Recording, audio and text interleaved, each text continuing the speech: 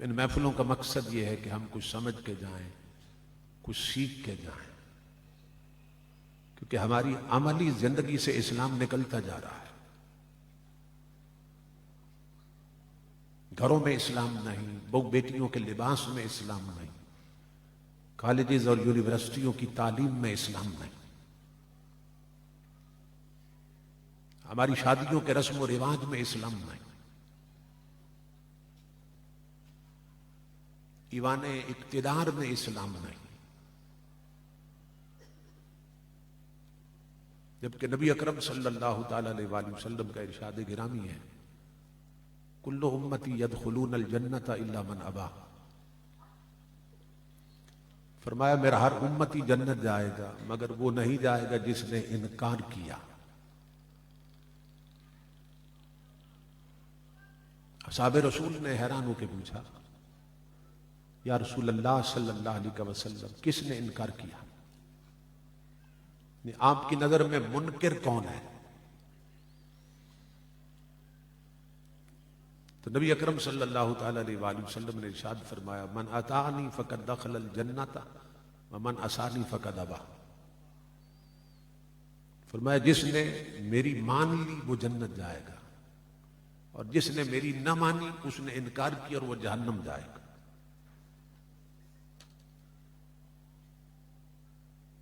अब तसव्वुर करें कि हमारे माशरे में कितने हैं जो हुजूर की मान रहे हैं।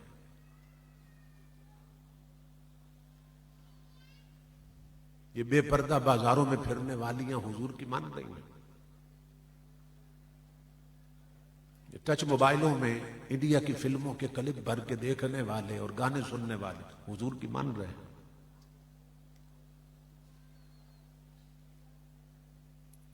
ये शादियों पे ढोलकी की थाप पे रक्स करने वालियां हुजूर की मान रही हैं।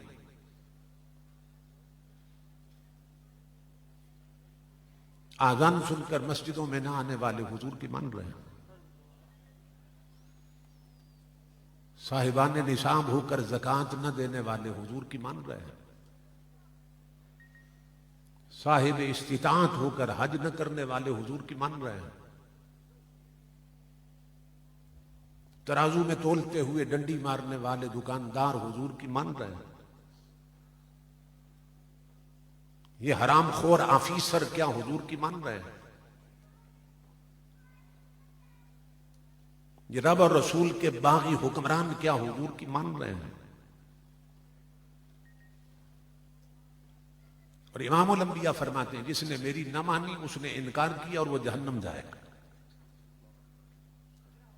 तो फौजों की फौजें दोज़ख में उतरने वाली।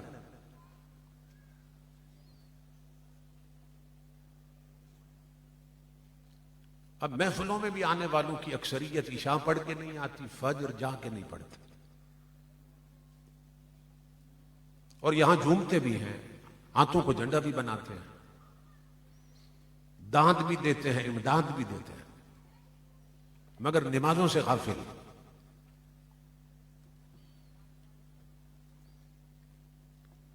कितने लोग हैं जो आजान सुन के मस्जिदों में नमाज पढ़ने जाते हैं। अब यहां इस मजलिस में कितने हैं जो इशा पढ़ के आए, और उठ के जाने के बाद कितने हैं जो फजर पढ़े। इस मजलिस में 8 घंटे बैठे, 6 घंटे बैठे, ये ना अल्लाह का हुक्म था ना उसके रसूल का हुक्म। ये हम अपनी मर्जी से बैठे हुए हैं। ये ना कुरान में है ना हदीस में कि आपने 8 घंटे बैठना है, आपने 6 घंटे बैठना है, मगर बैठते हैं क्योंकि मन चाहता है। तो वो तो 8 घंटे कर लिया जिसको मन चाहता है, और वो 15 मिनट की इशा न पढ़ सके जिसको रब चाहता है। वो फजर छोड़ देंगे जिसे रब चाहता है, वो जोर नहीं पड़ेंगे जिसे रब चाहता है। तो जिंदगी को बदल ले। जिंदगी हाथों से निकलती जा रही है, वक्त से बरकत निकल चुकी है। नबी अकरम सल्लल्लाहु ताला अलैहि वसल्लम फरमाते हैं, मेरी उम्मत पे एक वक्त आएगा कि वक्त से ही बरकत निकालनी जाएगी। जिंदगी बहुत तेजी से गुजरेगी और तेजी से खत्म हो जाएगी। तो इन महफिलों को गनीमत समझिए और इनमें आके कुछ सीखिए, कुछ समझिए, अपनी जिंदगी को बदलिए। जो अल्फाज मैंने तिलावत किए इनमें अल्लाह रब्बुल इज्जत ने फरमाया कि उसकी नेमतों का जिक्र किया जाए, उसकी नेमतों की बातें की जाएं, उसकी नेमतों को याद रखा जाए। फज़कुरू आला अल्लाह लअल्लकुम तुफ्लिहून। और क्या होगा कि अगर नेमतें याद करोगे तो तुम्हें फलाह नसीब हो जाएगी। उलमाए लुगत कहते हैं कि दोनों जहानों की कामयाबी पे दलालत करने वाला फलाह से बेहतर कोई लफ्ज नहीं है। जब किसी अमल के नतीजे में अल्लाह रब्बुल इज्जत ये फरमा दे कि यूं करोगे तो फलाह पा जाओगे, तो मुराद ये होती है यूं तुमने कर लिया तो तुम्हारे दोनों जहान संवर जाएंगे। तो फरमाया मेरी नेमतों का जिक्र करो, मेरी नेमतों को याद करो ताकि फलाह पा जाओ। कैसे कि जब नेमतें याद आएंगी तो मैं भी याद आऊंगा, और जब मैं याद आऊंगा तो मेरा शुक्र याद रहेगा। और अगर मेरा शुक्र करते रहे, ला इन शकरतुम लअज़ीदन्नकुम, फिर हम कसम खाते हैं शुक्र करने वालों की नेमतें हम घटने नहीं देते, बढ़ाते जाते। शुक्र से नेमतें बढ़ती हैं, नाशुक्री से नेमतें घट जाती हैं। लेकिन ट्रेजेडी यह है कि हमारी मेजॉरिटी और अक्सरियत अल्लाह के शुक्र का तरीका भी नहीं जानती। हमने ये समझा है कि पेट भर के खाना खा लिया, डिकार आई तो कह दिया अल्हम्दुलिल्लाह, बस शुक्र अदा हो गया। न नमाज पढ़ी, न तिलावत कुरान, न रोजे रखे, न नेकी वाली जिंदगी अपनाई, बस अल्हम्दुलिल्लाह कह दिया। एक दर्जे में यह भी गनीमत। लेकिन वो शुक्र जिस पर नेमतें बढ़ती हैं, और ये रहमान का वादा है, किसी सियासतदान का वादा नहीं है कि शुक्र करोगे तो नेमतें बढ़ेंगी, नेमतें घटने नहीं दूंगा। ये किसका वादा है? रहमान का, सियासतदान का वादा है। तो वो कौन सा शुक्र है जिस पर नेमतें बढ़ती हैं? हजरत जुनैद बगदादी फरमाते रजी अल्लाह ताला, बस ये सबक याद रख लें तो खिताब ठिकाने लगा। आज शुक्र क्या है ये सीख के चले जाएं। हजरत जुनैद बगदादी फरमाते हैं जिस शुक्र पर नेमतें बढ़ने का वादा है कि नेमतें घटने नहीं दूंगा, बढ़ाता जाऊंगा,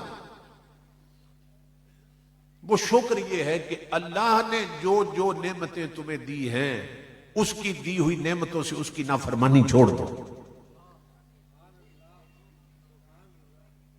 ये अल्लाह का शुक्र है कि अल्लाह ने जो जो नेमतें दी हैं उसकी दी हुई नेमतों से उसकी नाफरमानी न करो।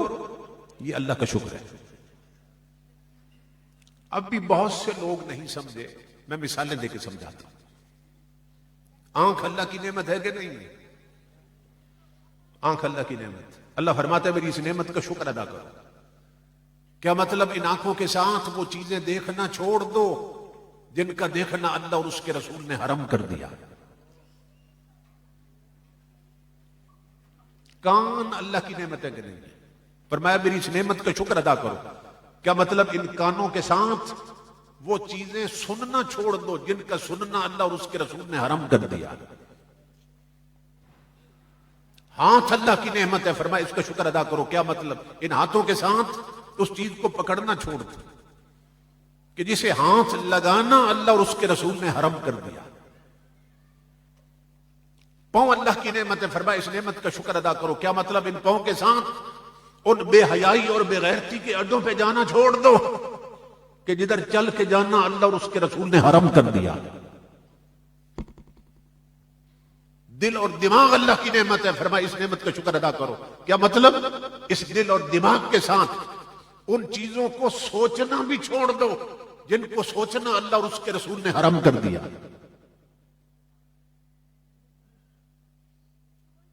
हाथ वो न पकड़े जो हराम है, आंखें वो न देखें जो हराम है, कान वो न सुने जो हराम है, पांव उधर न चले जहां हराम है, दिलो दिमाग वो तसव्वुर न करे, वो सोचे नहीं जो हराम है। तो जब इस दर्जे में इंसान अल्लाह का शुक्रगुजार बंदा बनता है तो फिर वो कहता है मैं नेमतें घटने नहीं देता, नेमतें बढ़ाता जाता। इस शुक्र से नेमतें बढ़ती हैं और नाशुक्री से नेमतें घट जाती। अब हमारे कान क्या सुन रहे हैं, आंखें क्या देख रही हैं? नबी अकरम सल्लल्लाहु अलैहि वसल्लम ने फरमाया था यकूनु फी हाज़िल उम्मत अरबा फितन, फरमाया मेरी उम्मत में 4 बड़े फितने पैदा होंगे। 4 फितने मेरी उम्मत में पैदा होंगे। हुजूर ने फरमाया था जो मेरी उम्मत को बर्बाद कर देंगे। और आखिरी फितना क्या होगा ये गौर से सुनिए। फरमाया आखिर हल गिना, मेरी उम्मत की बर्बादी का आखिरी फितना गाना बजाना होगा।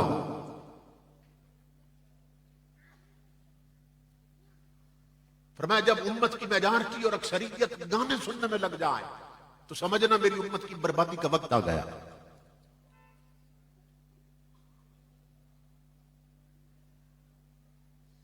अब सुजुकी में बैठ जाओ तो गाने लगे, रक्शे में बैठे तो गाने चल रहे, ट्रक गुजरे तो गानों की आवाज आती, बड़ी बड़ी कोचेज में और बसों में बैठ जाओ तो सिर्फ गाने नहीं चल रहे, एलसीडीज लगी और फिल्में चल रही, होटलों पे चले जाओ तो गाने चल रहे, शादियों पे, शादी अभी 10 दिन बाद होनी है, 10 दिन पहले उस घर में डेक लगते हैं और गाने चल जाते हैं। जवान लड़कों लड़कियों के टच मोबाइलों में गाने भरे हैं और रात दिन आंखों की बदकारी में और कानों की बदकारी में मुब्तला रहते हैं। और इमाम उल अंबिया ने खबर दी थी जब मेरी उम्मत में गाने आम हो जाएंगे तो समझ जाना मेरी उम्मत की बर्बादी का वक्त आ गया। तो ताजदारे कायनात के गुलामों अब हर सू गानों की आवाज आ रही है। तो हमें बर्बादी से कौन बचा सकता है जब सरकार ने फरमाया था कि गाने उम्मत को बर्बाद कर देंगे। और हदीस पाक में, एक और हदीस पाक में नबी अकरम सल्लल्लाहु अलैहि वसल्लम ने फरमाया मन जलसा इला क़ैनतिन यस्मउ मिनहा, कि जिसने किसी गाने वाली का गाना सुना। आज जवानों का हाल ये, कोई गुलूकार मिल जाए ना, फनकार मिल जाए, गुलूकारा मिल जाए, उसे ऑटोग्राफ लेते हैं और फख्र महसूस करते हैं कि उसने मेरे हाथ पे ही साइन कर दिया, उसे ऑटोग्राफ लेते हैं। और इमाम उल अंबिया फरमा रहे जिसने किसी गुलूकारा का गाना सुना, उसके अड्डे पे जाके सुना या उसे अपनी शादी पे बुला के सुना या उसकी सीडी और ऑडियो चला के सुना, क्योंकि असल जुर्म है सुनना। इमाम उल अंबिया फरमाते जिसने किसी गाने वाली का गाना सुना, कल जहन्नम की आग में सीसा पिघला कर उसके दोनों कान भर दिए जाए।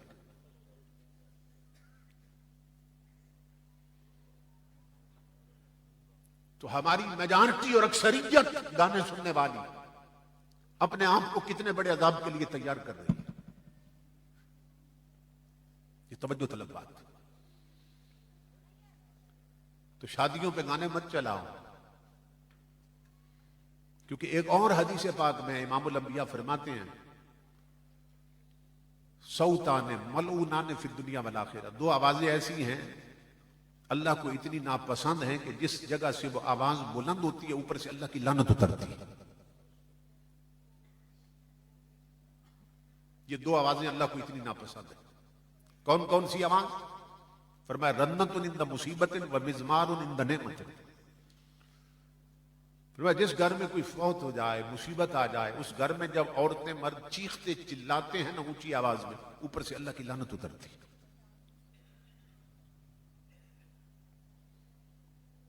मैयत पर पीटना तो इससे भी बड़ा हराम काम है, यानी मैयत पे मातम करना ये इससे भी बड़ा हराम काम है चीखने चिल्लाने से। बुखारी शरीफ की हदीस है, इमाम उल अंबिया ने फरमाया, बात ही यहां से शुरू की, इरशाद यहां से शुरू फरमाया फलैसा मिन्ना मन दरबल हुदूदा व शक्कल जुयूबा व दाअ बिदावल जाहिलिया। फरमाया मुसीबत में जो मातम करे, चेहरा पीटे और गरेबान फाड़े, कपड़े फाड़े और जमाने जाहिलियत की तरह बैन करे, नौहे पड़े, मरसिये पड़े, इमाम उल अंबिया फरमाते हैं उस बदबख्त का मेरी उम्मत से कोई ताल्लुक नहीं है। फरमाया मैयत पर जब ऊंची आवाज में औरतें चीखती चिल्लाती हैं, ऊपर से अल्लाह की लानत उतरती है। और नंबर 2, जिस घर में कोई खुशी का मौका हो, बच्चे की मंगनी हो, बच्चे का अकीका हो, वलीमा हो, शादी हो, कोई खुशी का मौका हो, और उस घर से म्यूजिक और मौसीकी की आवाज आए, रांग बाजों की आवाज आए, ढोल ढमकों की आवाज आए, इमाम अल-अंबिया फरमाते ऊपर से अल्लाह की लानत उतरती है। अब 10-10, 20-20 दिन पहले शादियों पर डेक लगाकर गाने चलाने वाले बदनसीब लोग अपने घरों पर शादी का दिन आने तक रब रसूल की कितनी लानतें उतार लेते हैं। जिंदगी में बरकत कहां से आएगी? इसलिए इमामुल अंबिया के गुलाम हमने हर उस चीज को छोड़ देना है जिससे हुज़ूर सल्लल्लाहु अलैहि वसल्लम ने मना फरमा दी, तब जिंदगी बदलेगी। बदलना है तो मैं बदलो, निजामे में कशी बदलो, वगरना चंद पैमाने बदल जाने से क्या होगा। घर के माहौल को बदलने की जरूरत है, बहु बेटियों का लिबास बदलने की जरूरत है, निजामे तालीम बदलने की जरूरत है। अल्लाह अकबर। तो अल्लाह रब्बुल इज्जत ने फरमाया मेरी नेमतों का जिक्र करोगे तो मैं याद आऊंगा, और मैं याद रहा तो मेरा शुक्र याद आएगा, और जो मेरा शुक्र करते हैं उनकी नेमतें मैं घटने नहीं देता, बढ़ाता जाता हूं। अब शुक्र करने वालों की नेमतें कैसे बढ़ती हैं, इस पर एक मिसाल दे रहा हूं। 1960 और 70 का जो अशरा गुजरा है, उसमें पाकिस्तान में गंदम का कैद पड़ गया था।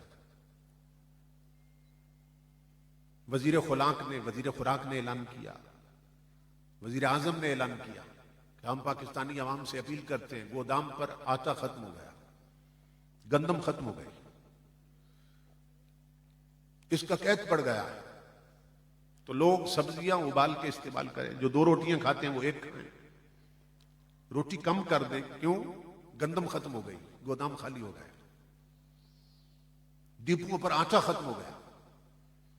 ये ऐलान वजीर का था। और दूसरे दिन ताजदारे कायनात के गुलाम एक मोहम्मद अरबी के फकीर का ऐलान था।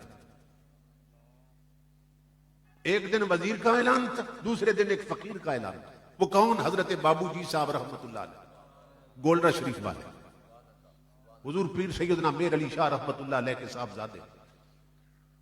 उन्हें क्या सूझी, उन्होंने भी ऐलान कर दिया। उन्होंने कहा पाकिस्तानियों घबराने की जरूरत नहीं है, मुल्क बना है मुस्तफा के नाम पर, जिसे हुकूमत के डिपू से आटा न मिले वो गोलड़े के लंगर से ले जाए।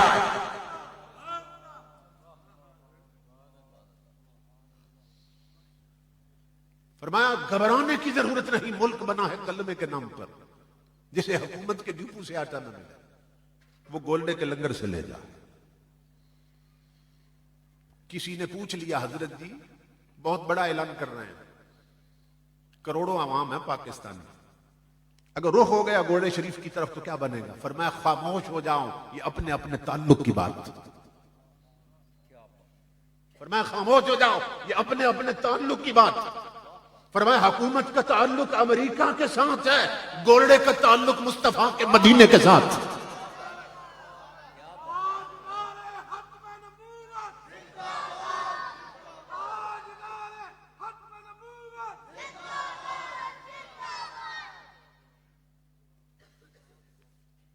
फरमाया वो भी सच्चे हैं जो कहते हैं कि गंदम खत्म हो गई, और हम भी सच्चे हैं जो कहते हैं गोलड़े के लंगर से ले जाओ, क्योंकि उनका ताल्लुक अमेरिका के साथ है, गोलड़े का ताल्लुक मुस्तफा के मदीने के साथ।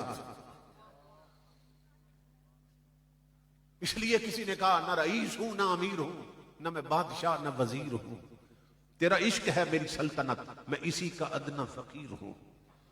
मेरे पास सागरे जम नहीं, मुझे फिर भी कोई अलम नहीं, तेरी एक निगाहे न्याज से मैं जहां में सबसे अमीर हूं। उन्होंने क्यों ऐलान किया? उनकी पेशानी में शुक्र के सजदे थे। उन्हें मालूम था मैं अपने रब का शुक्रगुजार बंदा हूं, और रब का वादा है तुम शुक्र गुजार रहे तो नेमतें घटने नहीं दूंगा, नेमतें बढ़ाता जाऊंगा। तो जो रब के शुक्र गुजार बंदे बनते हैं ताजदार कायनात के गुलामों, उनकी नेमतें मिटती नहीं, बढ़ती जाती। आज सर्वे रिपोर्ट के मुताबिक पूरे आलम इंसानियत में, सिर्फ आलम इस्लाम में नहीं, आलम इंसानियत में दो मेन प्रॉब्लम्स हैं, दो सबसे बड़ी टेंशन। एक अमन का मसला है और एक भूख का मसला है। भूख का मसला है, ये दूध में पानी मिलाने वाले क्यों पानी मिला रहे हैं? कि रातों रात अमीर बन जाएं और इतना जोड़ लें कि घर में कभी भूख ना आने पाए। भाई भाइयों की जमीनों पे कब्जा कर रहे हैं, पराठों पे कब्जा कर रहे हैं, ताजर बदयानत हो गए, अफसर हराम खोर हो गए। ये सब कुछ क्यों हो रहा है? भूख के डर से। इतना जोड़ जाएं घर में कभी गरीबी ना आने पाए। बड़े मुल्क छोटे मुल्कों के वसाइले हयात पे कब्जा कर रहे हैं, पर ये कभी इराक को उजाड़ा जाता है, कभी अफगानिस्तान को, और उनके वसाइल पे कब्जा किया जाता है, अपनी तजोरियां भरी जाती हैं, अपने ज़खायर बढ़ाए जाते हैं, क्योंकि हमारे मुल्कों में कभी गरीबी ना आने पाए। एक फर्द से लेकर अक़वाम आलम तक भूख का मसला चल रहा है। और दूसरा मसला है पीस का, अमन का, कि जिंदगी खतरे में, जिंदगी इस हद तक खतरे में इंसानियत की हो गई कि लोग बकरी चोरी करने आते हैं और बंदे को कत्ल करके चले जाते हैं। जेब में पर्स देखते हैं, जेब में पर्स देखते हैं, उसमें हो सकता है 100 रुपया हो, लेकिन उस 100 रुपए के लिए बंदे को कत्ल करके चले जाते हैं। इंसानी जिंदगी इतनी सस्ती हो चुकी। इस पर किसी ने बड़ी गजब की बात की है। वो कहता है पहले दुश्मन से कहता था मैं तुझे कुत्ते की मौत मारूंगा। पहले दुश्मन को यह धमकी देता था कि मैं तुझे कुत्ते की मौत मारूंगा। आज कुत्ता कुत्ते को कह रहा है। भागते कुत्ते ने अपने साथी कुत्ते से कहा भाग वरना आदमी की मौत मारा जाएगा। भागते कुत्ते ने अपने साथी कुत्ते से कहा भाग वरना आदमी की मौत मारा जाएगा। आज इंसान का खून पानी से सस्ता हो चुका है। लाशों के अंबार गिराए जा रहे हैं, अंबार लगाए जा रहे हैं इमामुल अंबिया को गुलाम। तो एक भूख का मसला, एक आमन का मसला है। इसको ना अमेरिका हल कर सका, ना रूस हल कर सका। इसको दुनिया की कोई ताकत हल न कर सकी। उनके अपने मुल्कों में ये मसाइल। लेकिन जो मसले कहीं हल नहीं होते वो मेरे मुस्तफा के मदीने में हल होते हैं। ये दो मेन प्रॉब्लम्स हैं, दो बड़ी मुश्किलें हैं जो आलम इंसानियत को दरपेश हैं। आओ मुंह करते हैं मुस्तफा के मदीने की तरफ और आका से पूछते हैं आका इन मसलों का हल है आपके पास? तो मदीना से आवाज आ रही है नादान 15 सदियां पहले हमने हल बता दिया था, मगर जिस किताब में हल बताया था तूने उसे बंद करके गिलाफ में घर की अलमारी में रखा हुआ है, उसकी कभी तिलावत नहीं की तूने। ये दो मेन प्रॉब्लम्स हैं इस दौर के, ये करंट प्रॉब्लम्स इस दौर के। 15 सदियां पहले इमामुल अंबिया फरमाते हैं हमने हल बता दिया था, और किसी बड़ी सूरत में नहीं, एक छोटी सी सूरत है सूरह कुरैश, उसमें हल बताया था। क्या हल बताया था? फरमाया ये दो मेन प्रॉब्लम है तुम्हारे, परेशानियां हैं, एक काम तुम करो, ये दो मैं अपने जिम्मे लेता हूं। अल्लाह फरमा रहा है कैसे? फरमाया फलयअबुदू रब्ब हाज़ल बैतिल्लज़ी अतअमहुम मिन जूइन व आमनहुम मिन खौफ। फरमाया जो काबे का जो मालिक है तुम उसकी बंदगी में लग जाओ। तुम्हें भूख लगेगी तो रिज्क हम देंगे, खौफ आएगा तो अमन भी हम अता करेंगे।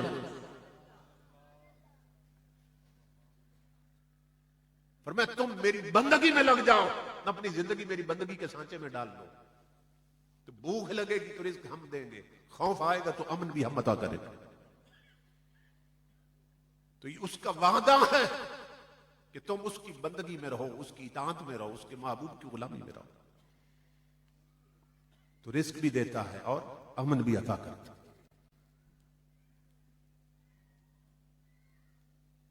ये तारीख का वाकया है। अमन कैसे देता है? उस वक्त की जो तागूती ताकत थी,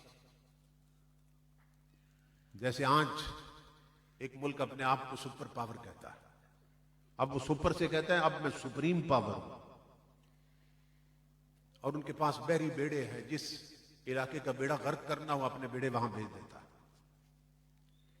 तो उस वक्त तागूती ताकतों के पास एक बहरी बेड़ा था। ये तारीख की बात।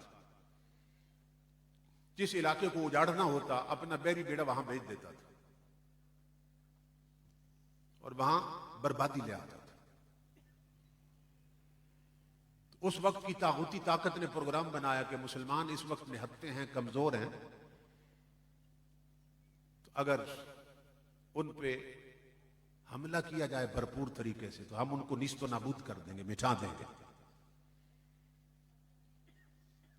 हमारे पास एक बहरी बेड़ा है और उनके पास कुछ भी नहीं है, तो हमला करते हैं। तो उन्होंने हमले का प्रोग्राम बना लिया। उनका बहरी बेड़ा हरकत में आ गया, वो चल पड़ा मुसलमानों के इलाके की तरफ। लेकिन उस वक्त हिजड़े हुक्मरान नहीं थे। उस वक्त हुक्मरान कौन थे? हजरत सलाहुद्दीन अय्यूबी रहमतुल्लाह तआला। ये वो हुक्मरान था जो कमली वाले पर 500 बार दुरूद पड़े बगैर कभी सोता नहीं था,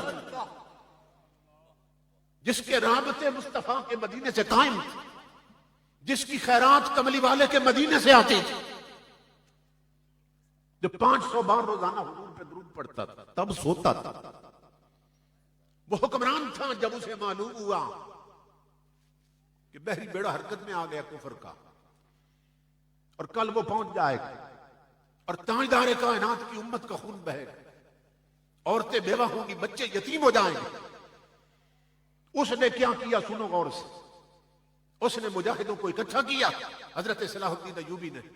उसने कहा हमारे पास वक्त बहुत कम है, कल बहरी बेड़ा पहुंचने वाला और यहां लाशों के अंबार लग जाएंगे और हम निहत्ते हैं। तो मुजाहिदों, दो काम हैं, एक तुम करो, एक मैं करता हूं। उन्होंने कहा वो क्या है? सुल्तान सलाहुद्दीन अय्यूबी ने कहा, उसने कहा आज रात के लिए तुम मैदान संभाल लो और आज रात के लिए मैं मुस्तफा का मुसल्ला संभालता हूं।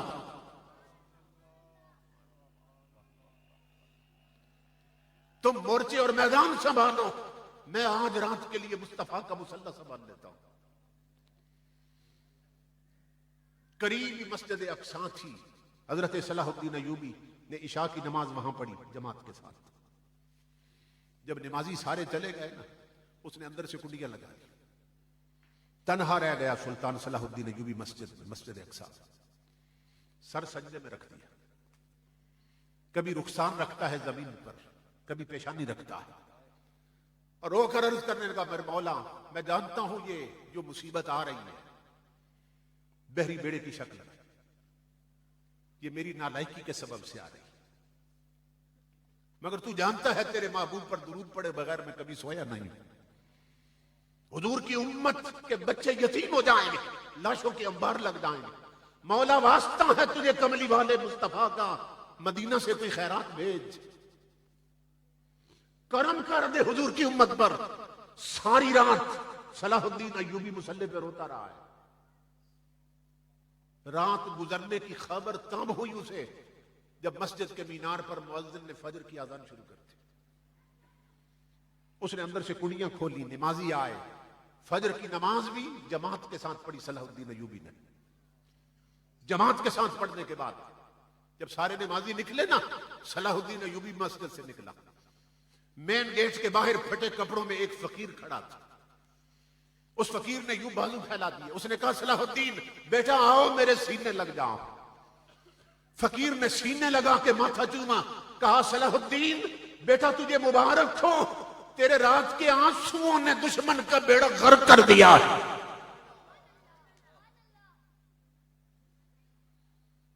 तेरी आंख से आंसू गिरे हैं और समंदर में भूचाल उठे हैं, तूफान उठे हैं, और तेरे आंसू जो गिरे हैं समुद्र का बेड़ा, दुश्मन का बेड़ा गर्क कर दिया उन्होंने। तो ताजदार कायनात के गुलामों, हुकूमतें अगर समझें इस रास्ते को कि हुक्मरान भी मुसल्ले पे आ जाए, अवाम भी मुसल्ले पे आ जाए, तो चंद दिनों में तकदीर बदल जाएगी। लेकिन उसका तरीका यह है, पेशानियों में सजदों का नूर भरा जाए, मस्जिदों के पांव को मस्जिदों के रास्तों पे चलने का आदी बनाया जाए। औलाद जब कुछ सीखने के काबिल हो तो इंग्लिश मीडियम स्कूलों में बाद में भेजो, उनकी घुट्टी में मुस्तफा का कुरान पहले डालो, क्योंकि हम मुसलमान हैं, हमारी इस्लामिक आइडेंटिटी है, हमारा इस्लामी तशख्खुस है, हमारी अपनी तहजीब है, इस्लामी तहजीब, इस्लामी तमद्दुन है हमारा। इकबाल ने कहा था तुमने इस्लामी तमद्दुन छोड़ दिया तो कौन सा तमद्दुन अपना लिया? कहता है वज़ा में तुम हो नसारा तो तमद्दुन में हुनूद, ये मुसलमान हैं जिन्हें देख के शर्माए यहूद। एक काफिर हजरत बायजीद बिस्तामी से मोहब्बत करता था, मुसलमानों ने उसे घेरे में ले लिया। उन्होंने कहा तू इतना प्यार करता है हजरत बायजीद से, तो कलमा पढ़ के मुसलमान क्यों नहीं होता? अब उसने जो बात की वो हम सब के लिए एक थप्पड़ था। उसने कहा मुसलमानों, बायजीद जैसा मुसलमान मैं बन नहीं सकता हूं, और तुम जैसा मुसलमान बनते हुए मुझे शर्म आती है कि कौन सी बुराई है जो तुम में नहीं है। इसलिए मेरे आका के गुलामों, हमने हुजूर सल्लल्लाहु अलैहि वसल्लम की शरीयत पे रास्ते पे चलना, शरीयत के रास्ते पे चलना, तन से मन तक, अंदर से बाहर तक, जाहिर से बातिन तक, सर से पांव तक, ताजदार कायनात की इत्तिबा और गुलामी के रंग में रंगना है अपना, तब ये हमारी किश्ती किनारे लगे।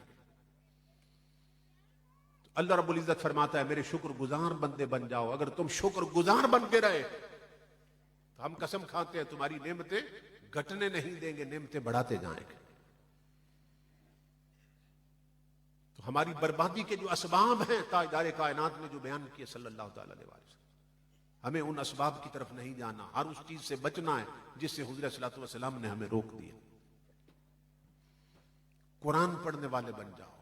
अगर रक्षों में कुरान की तिलावत चल रही है, सुजुकियों में कुरान की तिलावत की आवाज है, होटलों पे जाएं तो कुरान की तिलावत की आवाज आए, कोचों और बसों में बैठे तो कुरान की तिलावत चल रही है, शादियों पर ढोल ना बजे, म्यूजिक ना चले, गाने ना चले, शादियों पर ताजदार कायनात के जिक्र की महफिल सजी हो।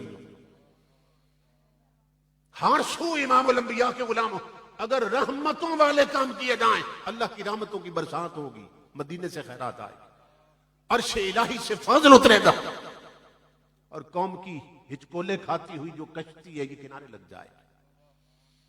इन महफिलों का मकसद ये है अपनी जिंदगी को बदलिए। गुलामी रसूल में मौत भी कबूल है, ये नारे हम लगाते हैं। जो हो न इश्क मुस्तफा तो जिंदगी फजूल है, ये नारे हम लगाते हैं, मगर मस्जिदें हमारी वीरान पड़ी, बड़ी बड़ी मस्जिदें हैं। और ताजदार कायनात ने फरमाया था मेरी उम्मत पे एक वक्त आने वाला है जब उनमें 70 खराबियां पैदा हो जाएंगी। उनमें 3 मेन खराबियां हुजूर ने फरमाई कि उम्मत पे वक्त आएगा वह हुल्लियतिल मसाहिब व सुव्विरतिल मसाजिद व तुव्विलतिल मनाइर।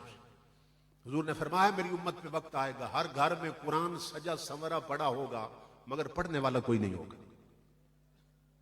अब कोई घर है जिसमें कुरान ना हो, कीमती गिलाफ में लपेट के ऊंची जगह पे रखा है, मगर पढ़ने वाला कोई नहीं रहा। और बुजुर्ग फरमाते हैं कि जिस घर में तिलावत के लिए फजर के बाद कुरान का गिलाफ ना उतरे, उस घर वालों के दिलों पे गफलत के पड़े हुए पर्दे कभी नहीं उतरते। और इमामुल अंबिया ने फरमाया वसुव्विरतिल मसाजिद, मेरी उम्मत में वक्त आएगा मस्जिदें बड़ी सजा दी जाएंगी। अब देख ले मस्जिदें कितनी सजी हुई हैं, कीमती टाइलें लगी है, कीमती कालीन बिछे, कीमती साउंड है, पंखे चल रहे, एसी लगे हुए हैं, हीटर लगे हुए हैं। तो इमामुल अंबिया फरमाते हैं मस्जिदें बड़ी सजा दी जाएंगी, मेरी उम्मत पे वक्त आएगा, मगर नमाजियों से खाली हो जाएंगी, हिदायत से खाली हो जाएंगे। तो कितने लोग हैं जो मस्जिदों की तरफ जाते हैं। आज पैसा आम हो गया, मस्जिद में काम हो रहा हो, कोई कहता है जी सीमेंट मेरे जिम्मे है, कोई कहता है जी सरिया मेरे जिम्मे है, कोई कहता है जी टाइलें मैं लगवाऊंगा, कोई कहता है मेराम का सारा खर्चा मेरे जिम्मे है, कोई कहता है कालीन मैं बिछवाऊंगा। ये सब कुछ बेच देते हैं मगर खुद नहीं आते मस्जिद में नमाज पढ़ने। तो हम समझते हैं हमारी मस्जिद बड़ी सज गई क्योंकि कीमती टाइलें लग गई, कीमती कालीन बिछ गए, कीमती साउंड आ गया, तो ये हमारी नजर में सजी है। मदीना से आवाज आती, ये तेरी नजर में मस्जिद सजी। मस्जिदों की जीनत कीमती कालीन नहीं होते, मस्जिदों की जीनत कीमती घड़ियां नहीं होती, मस्जिदों की जीनत कीमती साउंड नहीं होते, और मस्जिदों की जीनत नमाजियों के झुके हुए सर होते हैं। मस्जिदों की जीनत मंगतों के दाता की बारगाह में उठे हुए हाथ होते हैं। मस्जिदों की जीनत तिलावत करने वाली जुबानें होती हैं। मस्जिदें कालीनों से नहीं सजती, मस्जिदें नमाजियों से सजती हैं। इसलिए आइए शरीयत की तरफ, आइए हुज़ूर सल्लल्लाहु अलैहि वसल्लम के दर की तरफ। इमामुल अंबिया के गुलामों, यही चीज हमें आज बचा सकती है। इसी में हमारी बका है कि हुज़ूर सल्लल्लाहु अलैहि वसल्लम की सच्ची गुलामी में आ जाए, ताजदार कायनात के गुलाम बने। जो हुजूर के गुलाम बने थे सहाबा किराम, जिस तरफ रुख करते थे मंजिलें खुद उठ के उनका इस्तिकबाल करती थी, जिस तरफ उनका रुख होता था। हुज़ूर सल्लल्लाहु अलैहि वसल्लम के एक सहाबी हैं हजरत शुराबील बिन हसन। आखिरी बात अर्ज कर रहा हूं, एक किला था जो फतह नहीं हो रहा था, सहाबा किराम ने उसको घेरे में ले रखा था, ताबईन भी थे। कई हफ्ते गुजर गए, वो किला फतह नहीं हो रहा था। तो वो जो अंदर काफिर थे ना किला के अंदर, उन्होंने एक दफा किला की दीवार पे चढ़ के कहा, उन्होंने कहा मुसलमानों तुम्हारे हाथ में इतनी ताकत नहीं है कि इस किला को फतह कर सको, कि इसकी दीवारें बड़ी मजबूत हैं, इसकी बुनियादें बहुत गहरी हैं, तुम्हारे बाजुओं में इतनी ताकत नहीं, हाथों में इतनी ताकत नहीं। जब बार बार हाथों की बात की ना उन्होंने, हुजूर के बूढ़े से अभी खड़े हो गए, फरमाने लगे तुम्हें नहीं मालूम काफिरो, इन हाथों ने कई बार हुजूर के हाथ छुए हैं, इन बाजुओं के घेरे में कई बार हुजूर आए और सीने लगे। फरमाया सुनो, तुम कहते हो तुम्हारी दीवारें मजबूत हैं, तुम्हारा किला मजबूत, बुनियादें मजबूत। फरमाया यहां मोहम्मद अरबी के ऐसे ऐसे गुलाम बैठे हैं, अगर सिर्फ इशारा कर दें ना किले की दीवारों को, ऊपर से नीचे हाथ किया यूं उन्होंने, फरमाया सिर्फ यूं इशारा कर दें तो तुम्हारे पूरे किले को जमीन में उतार सकते हैं, सिर्फ इशारा करके। तो तारीख में है ताजदार कायनात के गुलाम हजरत शुराबील का अपना हाथ ऊपर से नीचे आ रहा था, उनका पूरा किला जमीन में उतर गया था।